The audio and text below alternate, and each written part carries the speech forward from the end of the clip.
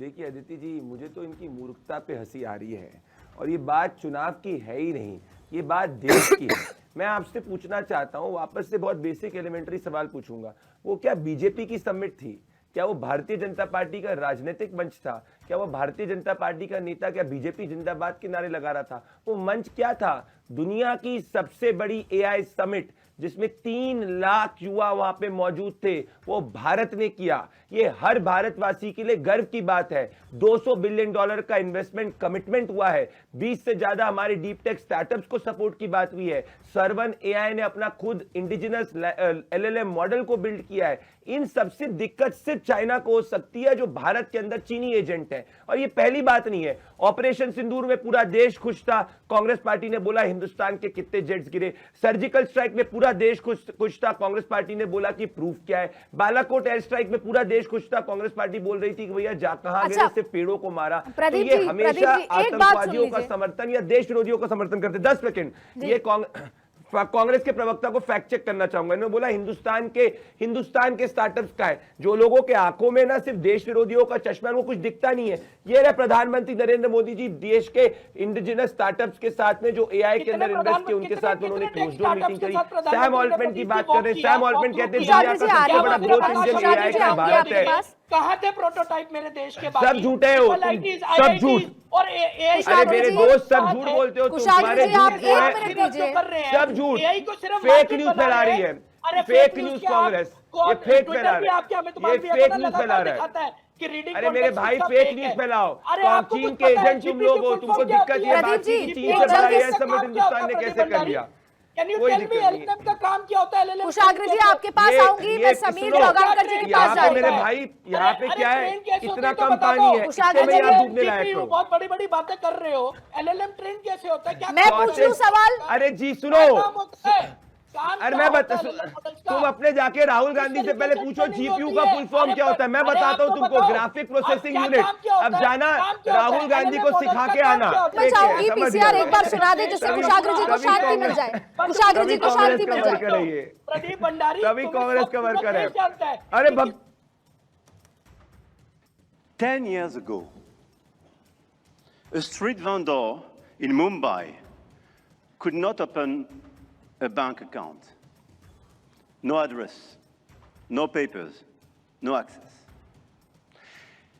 And today, the same vendor accepts payments on his phone, instantly.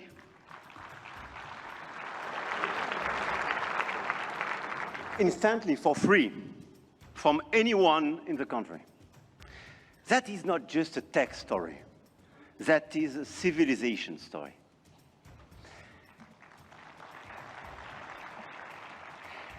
And India built something that no other country in the world has built, a digital identity for 1.4 billion people. Sameer जी, ये किस तरह की बात है कि जब जब कोई नया देश में आविष्कार या कुछ नई चीज आती है तो विरोध होता है। जब संजय गांधी मारुति लेके आए, विरोध हुआ। अमिताभ बच्चन ने फैशन शो में पार्टिसिपेट किया, विरोध हुआ। अब यहाँ पर मैंने इसलिए ये बाइट सुनाई जिससे कुशाग्र जी को शांति हो जाए कि देश विदेश में चर्चा हो रही है। पर समीर चौगानकर जी, एक और सवाल। मैं कांग्रेस एक आरोप लगाती है, मैं उसका डेटा आपको पढ़ देती हूं कि प्रधानमंत्री मोदी भी जब विदेश जाते हैं तो राहुल गांधी या यूपीए कार्यकाल या नेहरू की बात करते हैं। जैसे कि चीन और साउथ कोरिया 2015, प्रधानमंत्री मोदी ने कहा कि पहले लोग भारतीय होने से शर्मिंदा होते थे, लेकिन अब उन्हें गर्व है। सीधा सीधा अटैक कांग्रेस पे किया। फिर कनाडा, फ्रांस, जापान, बर्लिन, वहां पर भी कई ऐसे बयान दिए। अमेरिका 2023 में प्रधानमंत्री मोदी ने अमेरिकी कांग्रेस के संयुक्त सत्र को संबोधित किया और कांग्रेस की आलोचना की। तो अब कांग्रेस ये कह रही है कि जब वो करते हैं तो ठीक है, राहुल गांधी जाके शर्मसार करते हैं भारत को तो ठीक नहीं है। देखिए, मुझे लगता है कि जो प्रधानमंत्री चीजें करते हैं विदेश के अंदर, उसकी तुलना आज जो कांग्रेस ने किया उससे नहीं की जा सकती। राहुल गांधी किस तरीके से व्यवहार करते हैं और राहुल गांधी किस तरीके से चीन के साथ बैठक करते हैं और उसकी कोई बात सार्वजनिक होकर नहीं आती है। और मुझे लगता है कि आज तहसीन पूनावाला ने कांग्रेस को लेकर जो बात कही है, मुझे लगता है राहुल गांधी को बात सुननी चाहिए कि विरोध कब और कहां किस तरीके से करना चाहिए था।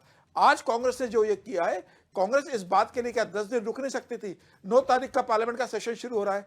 पहला जो सेशन था पार्लियामेंट का, उसमें पूरे समय कांग्रेस ने किस तरीके से वहां पर एक अनपब्लिश किताब को लेकर पार्लियामेंट को चलने नहीं दिया। राहुल गांधी को जब बोलने का मौका मिला, राहुल गांधी ने इस विषय पर बात नहीं की। 9 तारीख से सेशन शुरू हो रहा था, राहुल गांधी को कोई आपत्ति थी? पूरी कांग्रेस उस मुद्दे को लेकर सकती थी। समीर जी, राहुल जी को बाद बोलने में नहीं दिया, मौका मिला ना, थी 2 दिन के पत्रकार बाद दीर्घा में। देखिए, प्रधानमंत्री को आप लोकसभा में आने नहीं देते हो, इससे बड़ी शर्मसार करने वाली बात क्या होगी कि प्रधानमंत्री को कौन रोक सकता है लोकसभा में आने से? प्रधानमंत्री लोकसभा में आते हैं तो प्रधानमंत्री की कुर्सी को किसने घेरा था? किस तरीके से कांग्रेस के महिला सांसद ने कुर्सी को घेरा? फिर लोकसभा स्पीकर को कहना पड़ा कि आप पार्लियामेंट में मत आइए। प्रधानमंत्री लोकसभा को छोड़कर राज्यसभा में अपना बयान देने जाते हैं, तो ये कौन, किसके कारण हुआ? तब मुझे अपने देश और देश के लीडर पर विश्वास है, उनको कोई नहीं रोक सकता। नहीं दिया जा रहा है, तब देश शर्मसार हुआ था। तो मुझे लगता है कि कांग्रेस को उस बात पर भी माफी मांगनी थी। आज जो कांग्रेस ने किया, 5 घंटे से पूरी चर्चा पूरे देश में चल रही है। राहुल गांधी ने इसके समर्थन में क्या ट्वीट किया, क्या राहुल गांधी ने इसके विरोध में ट्वीट किया? इसका मतलब यह है कि राहुल गांधी इसके समर्थन में थे। अगर राहुल गांधी इसके विरोध में होते तो राहुल गांधी का अभी तक मुझे लगता है एक्स पर पोस्ट आ जाना चाहिए था। कांग्रेस के मीडिया प्रभारी की पत्रकार वार्ता के माध्यम से आना चाहिए था कि वो हमारे कार्यकर्ता नहीं है। ठीक, धनेंद्र भारद्वाज जी, जल्दी से 2 सवाल। पहला, क्या राहुल गांधी को इसके लिए माफी मांगनी चाहिए, एक बतौर चाहे एलओपी के नेता चाहे कांग्रेस पार्टी के चेहरे के रूप में? दूसरा ये है कि वैसे तो आप बड़ा विरोध करते हैं, इंडिया गठबंधन में कभी साथ हैं, गुजरात में साथ नहीं होते, आज ये हुआ तो आप कांग्रेस के साथ हैं, पर कल पंजाब में जब कांग्रेस लड़ेगी तो आप उसके साथ नहीं होंगे। ये किस तरीके की आपकी पॉलिटिकल विचारधारा है सर? देखिए आदित्य जी, मैंने कभी नहीं कहा, मैं फिर उसी बात को कह रहा हूं कि एआई समिट को लेकर देश भर में सवाल उठ रहे थे, उनकी व्यवस्था सवाल उठाया है ट्रेड डील पर, ट्रेड डील पर सवाल उठा रहे हैं। मैं क्या कह रहा हूँ कि देखिए ट्रेड डील पर भी देश के सवाल थे, वो सवाल भी आज तक नहीं मिले। इसके अलावा ये समिट को लेकर सवाल उठे, उस पर भी जवाब नहीं मिला। देश की जनता तो पिछले 12 साल से मोदी सरकार से जवाब मांग रही है, लेकिन जवाब दे नहीं रहे। अभी समीर जी ने कहा कि प्रधानमंत्री जो कहते थे कि मैं तो 56 इंच की छाती लेके आया हूँ, मैं तो बहुत मजबूत प्रधानमंत्री हूँ, वो लोकसभा में आने से डरते हैं। कहते लोकसभा में महिला विपक्षी सांसद मुझे काट लेंगी, मुझे घेर लेंगी। प्रधानमंत्री इतना डरपोक और कायर प्रधानमंत्री हमने नहीं देखा जो लोकसभा में जाने से डरता हो। लोकसभा स्पीकर अदिति जी, मैं आऊंगी आपके पास। अदिति जी, इनको नहीं समझ में आएगा। प्रधानमंत्री अगर लोकसभा में जाने से डरते हैं, ऐसे प्रधानमंत्री सब देश की सुरक्षा। ठीक है धनेंद्र जी, मैं जवाब ले लेती हूँ, मैं जवाब ले लेती हूँ प्रदीप भंडारी जी मेरे पास, क्योंकि 2 मिनट का समय है, 2 मिनट का समय है क्योंकि मेरे पास। मैं प्रदीप जी, ये आप पे आरोप लग रहे हैं कि प्रधानमंत्री जी कैसे डर सकते हैं? आदित्य आपने ले आदित्य, ठीक है 10 सेकंड धनेंद्र जी, 10 सेकंड फिर मेरे को डिबेट रैप करना। आदित्य मैं दूसरी बात बोलिए कि इस देश के अंदर नरेंद्र मोदी जी अगर 12 साल से सत्ता में है ना, उसका बहुत बड़ा कारण राहुल गांधी और कांग्रेस है, क्योंकि जब से भारतीय जनता पार्टी मैं जवाब देता हूँ, अब मुझे दीजिए। नहीं, अब मैं जवाब, अदिति जी मैं जवाब देना चाहूंगा इनके बारे में। भीख मांगते हुए हमारे पास ही आए थे।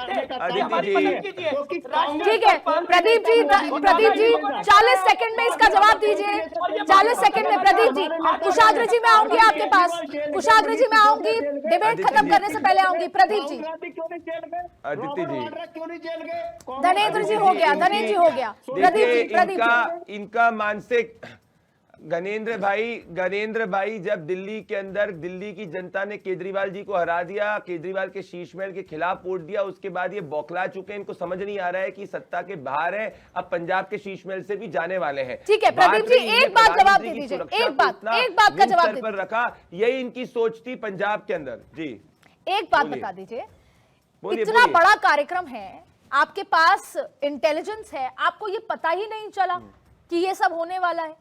ये आप फेलियर नहीं मानते इंटेलिजेंस की?